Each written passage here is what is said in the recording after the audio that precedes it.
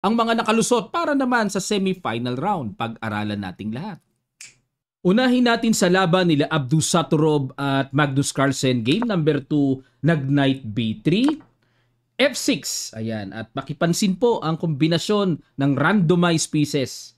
O, iba-iba, no? Bishop nasa king side pareho. At nag-E4, E5, F3. Oops, may threat kagad. Knight C6. Sa Fischer Random, kailangan matalas mata mo eh. Nag-C4, ayan, at para maiwasang makabreak ang black sa D5. Knight B6 tineret at nag-D3, suporta lang sa pawn. At nag-Knight A4, may threat ba? O, kailangan matalas ang mata, wala pa namang threat. At nag-D4 na, ayun, break sa sentro. Kumapture si Magnus, Knight takes D4 at nag-Queen E5. Okay, Queen E5. Kailangan titigan eh. At nag-Knight C2. So, simple lang pala ang Queen E5. Para iritahin ang Knight na mag-react talaga o kung kakapture ba doon. Kaso pag kumapture dyan ay B ang ipang kakapture at makakatulong yan sa black para lalong makapaghatid ng matinding pressure. Kaya minabuti na lang na umatras na lang Knight C2 at nag-A5 si Magnus para kontrolin naman ang B4 square. Maaring lulundag ng Knight B4 ang plano at i-threat ang pawn sa A2. Nag-Queen D2 lang si Abdu. Ang tipid ng mga galawan ni Abdu. Nag-F5, ayun, basag na. F4, aba talagang kinargahan ng lalim ano. At kinapture, sinacrifice talaga yung pawn sa E4 eh. Pero teka muna mga kamatsas ano. Ano ba meron kung capturein ito? Anong gagawin? Magdi-D5? Ay naku, talagang matindi. Palaliman talaga ang diskarte dito. Ibibitin lang pala yung pawn sa F5. Ang importante, makapag-break sa gitna. Ayun, para mas lumuwag ang black. Tapos later on, pag nakaangat ng mga bishops, ay yung tore, lalagay dyan sa D-file. Matindi. O, balik tayo. After F4, after F5, in F4 eh. Oh, sinacrifice yung pawn E4, Bishop D3, Queen E6, Knight E3. Ayun, hinahabol yung pawn sa F5 na makabawi. Pero nag-Knight C5. Ayun. Pinababalik ang pawn sa F5. Pero teka muna mga kamatsas, ano? What if F6 or G6 para suportahan? Magna-Knight D5. Wala na. Ito na yung mga beyond sa kanilang strength mga kamatsas. Sa akin, baka hindi ko kayanin na magbigay ng pawn. Tapos parang ganito lang. Parang walang kabawi-bawi na malayo eh, no? Wala, matindi. O eh, nag-Knight C5 na lang si Magnus. Pinababawi talaga. Kinapture and Queen F6.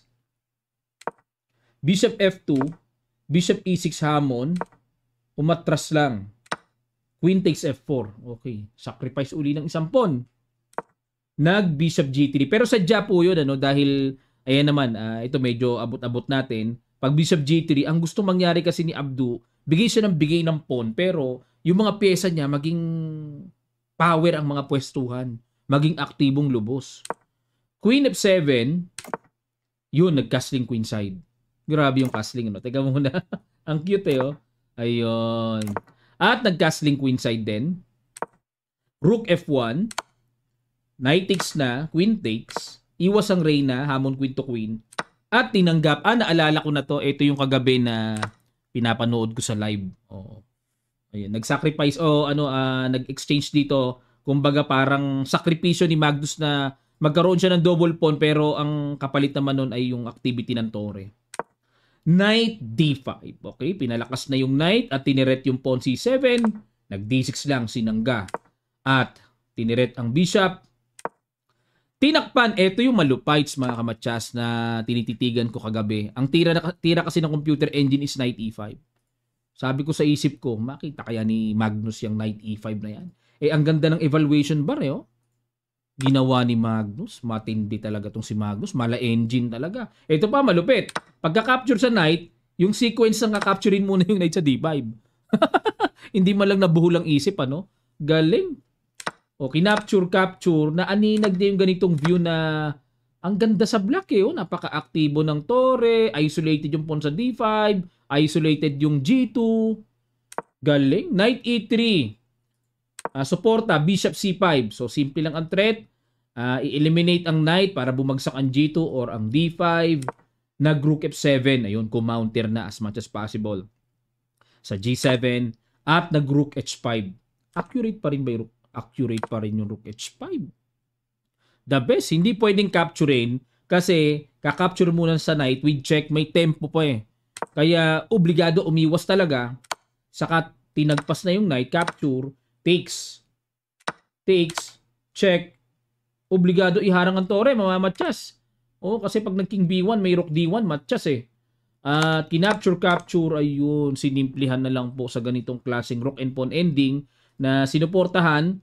At ang nakikita ko dito, baka mag B6 or B5, king B7, sa bagay, mahirap pa rin, 3 versus 2. A4, rook C6, depensa, rook C4, depensa, hindi, chumek pala, ako didepensa ako eh.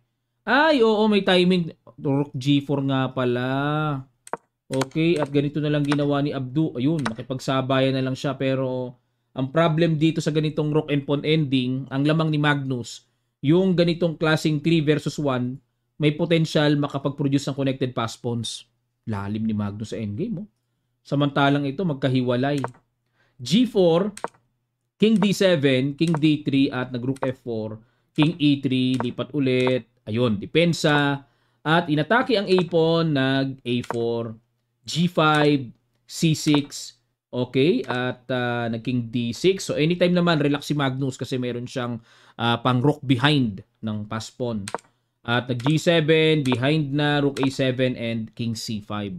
Ang plano dito, pagka ganito mga kamatsas, ay makapag-produce ng 2 connected pass pawns hanggat maaari. No?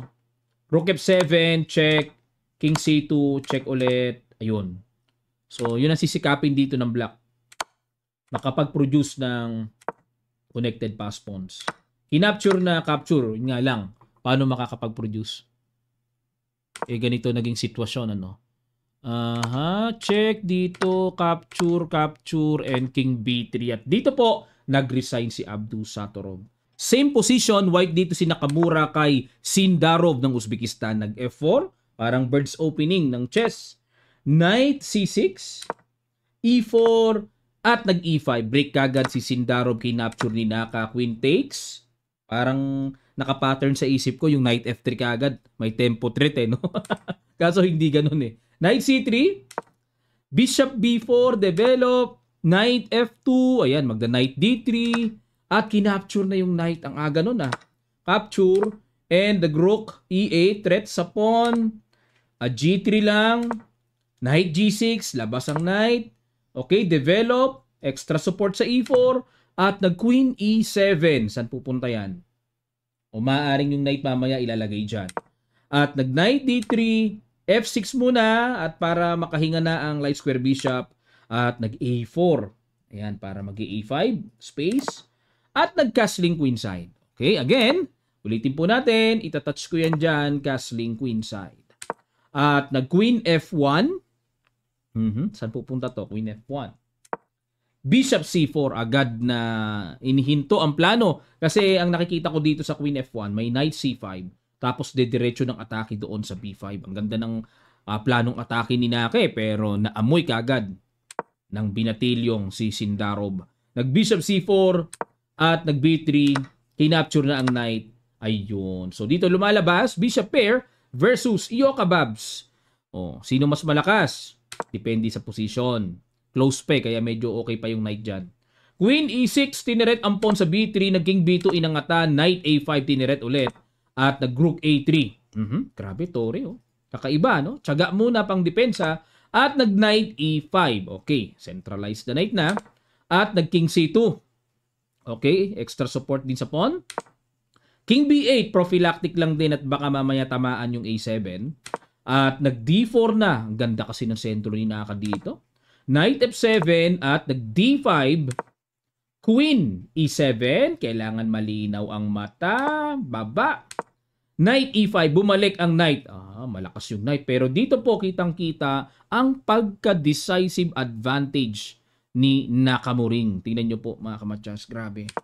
Nag-bishop to d4. Ayun, bumaba nga lang. Hindi napansin ang tirang malakas na queen to b5. Lakas na pala niyan. Bakit? Kapag nag-b6, bb4. Grabe Pag dito, pasok natin, a5. Makakapag-produce na ng malakas na atake since nandyan ang tore. Ayun, pagkakataon ng puti na magkaroon ng tuloy-tuloy na bugso ng atake dyan, mga kamatsas. Balik tayo. Queen b5 pala, no? Pero ang ginawa is bishop d4, nag c5. Ayun, kinapture yung knight. Kasi po dito, ang sarap sanang i-enpasan, kaso makakatulong lang sa block pagka babalik lang yung knight So, mini-maintain dito ni Naka yung pagkapangit ng knight, kaya nag-decide na lang siya na tagpasin yung knight. Yun nga lang, ang drawback nito, wala na siyang bishop pair, plus bad bishop pa siya. Bad bishop kasi nababarhan ng sarili niyang kulay ng pawns. At nag-rook e1. Okay, anong plano? Queen e6, Queen d6. Queen f5, threat sa pawn. At nag-rook e5. Ayun, kinargahan dito ni Sindarov ng medyo mabigat-bigat. Pinapakain yung pawn sa h7. May hamon dito.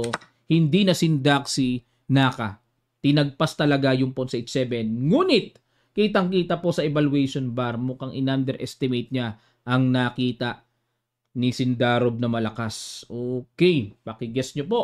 Ang good move na kapalit ng isang pawn na binigay na sacrifice sa ilang sandali lang, tutuloy kagad natin. Start.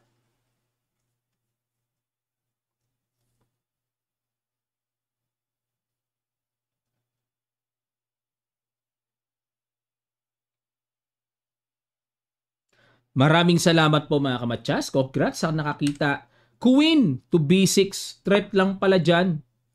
Ano meron? Naging d1 lang. What? Bakit hindi pwede suportahan? Pag sinuportahan, mag-c4. Ay, may sundot ng check doon. Ang sakit na pala ng paparating. Masakit na pala talaga. Di ko napansin yon mga kamatsas. Yung Queen F2 na papasok. Nakapokus ako dito sa kabila. Akala ko simple B4 lang. Wala na May pasok. Sakit. Kaya pala pagtira ng Queen B6, napakabigat pala talaga. Napaking D1 dito si Naka. Nakapasok ang Reyna. Ubus. Grabe yung isang kain, isang pawn.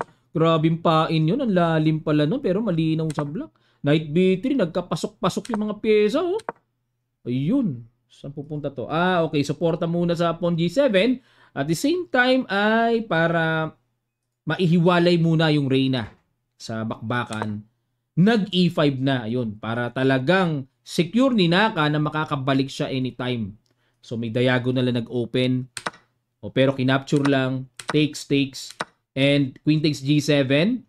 Nag-C4. Okay. Yan ang tinik na tinatawag dyan. Nag-iisa yan, pero pag nakatulak yan, naku po, malaking problema. Nag-D6, ano idea? Binuksan. Queen E7 ba? C3, at nag-Queen E7 nga. At dito mga kamatsas, malakas talaga itong Sindarov.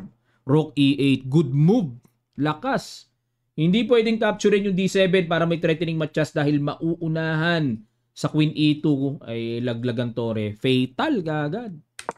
Nag-rook E1 na lang dito si Naka at Knight D2 check. King F2. Check ulit. Teka muna. Pag kinapture to, may capture ng pawn. Okay. So, nandiyan pa rin kasi tore, no? Chumek muna. Harang. Kinapture na. Capture. So, may E8 na paparating. Yun nga lang. Knight E4 check. Ay, may ganon. Grabe. Ang lupit ng pagka-tindi, Sabay capture. Bagsak pala yung pass pawn. Ang lupits. Malupites. H4. Nag-D5. At another strong move. Napaatras dito. Ano po plano? Halimbawa, mag-bishop takes D5, magku-queen C5 lang.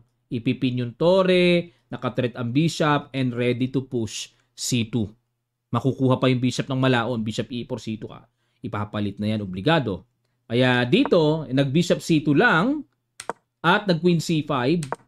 King E2, ilag sa pin at nag-D4, check doon, King C7, King D3 para kay papaano ma-fix-fix, pero dahil mayroon pa pong magagapang at magagamit na pawns pag B5, nag-resign po dito si Nakamura. Knight B3 si Fabi, Knight B6 si Gukesh, E4, E5, F3, okay, at nag-Knight C6, develop lang, D4, break sa sentro, takes, at nag-F5, aba, F5, lalim ah. Okay. May tempo threat doon sa A2 pero hindi naman kulungan tore eh. Anytime pwede mag-rook A1 eh. Tinagpas lang. At nag-G6. Knight D4. Bishop takes A2 at nag-rook A1. Bishop E6 atras ulit at nag-Knight takes. D takes C6 at nag-rook takes A7. Okay. Parang naka-atake kagad si Fabi dito ah. Queen E7, Queen A5. Grabe, dalawang pyesa na nakapasok. Sinanggalang ng bishop, capture at nag-castling. Ang layo. Grabe. Tingnan nyo. Ang layo. Boom. Ganun ang castling ng Fisher Random mga kamatyas. Pasensya na po mga kamatyas naglalag yung aking camera talaga pag sinasabay ko ngayon ang chess.com no. Sa hindi ko alam na kadahilanan. O kaya yung audio ko naman on time eh. Nag-rook A8 at capture, nag-B3. Ayan, para walang rook A1 check at nag-queen G5. Pin muna, pin. Okay, bishop E2, C5 at dito mga kamatyas, pagtira ng castling dito, layo oh. Pagtira ng castling dito, bakit kaya parang tinamad si Gukesh? Iniresign na niya. At ito naman po ang pairing sa semifinal round na aabangan natin mamaya.